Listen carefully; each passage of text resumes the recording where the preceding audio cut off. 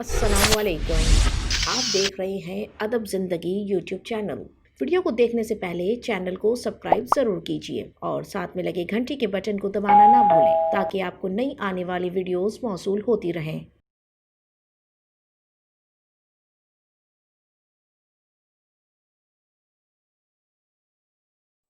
थी किसी दौर अलीलों की आयादत वाजिब। थी किसी दौर अलीलों की आयादत वाजिब। लेकिन अब गुर्बते बीमार से डर लगता है। जिनकी आमद को समझते थे खुदा की रहमत, ऐसे मेहमानों के आसार से डर लगता है।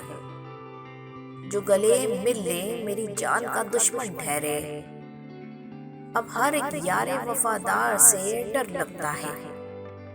एक नादीदा सी हस्ती ने झंझोड़ा ऐसे, खल्क को गुंबदों मीनार से डर लगता है।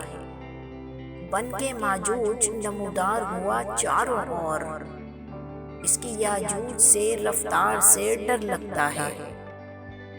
ऐन मुमकिन है यहाँ सब हो कोरोना आलूद, ऐन मुमकिन है यहाँ सब हो कोरोना आलूद। शहर के कूचाए बाजार से डर लगता है।